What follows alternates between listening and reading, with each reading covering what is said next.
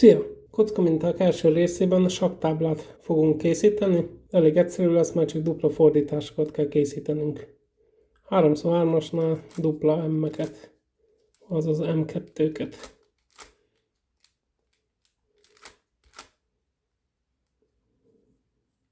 Rendbe rakd a kockát, ugyanígy visszaállítod.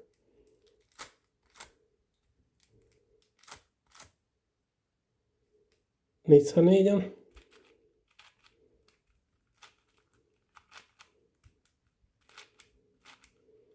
Kicsit furcsa, eltorzult alak, de ugyanúgy. 5x5-ön már kettőt kell forgatni per oldal.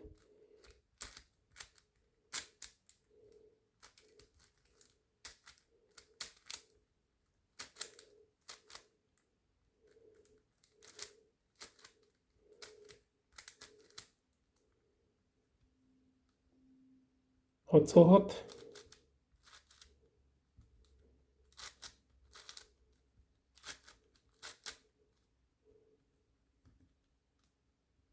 És a 7x7. Itt már 3 középsőt kell forgatni per oldal. 2 és 3. Következő, első, második és harmadik. Az utolsó, első, második és a harmadik. És kész is. Köszönöm, hogy megnézted a videót. Remélem sikerült neked is. Találkozunk a következőben. Na, szia!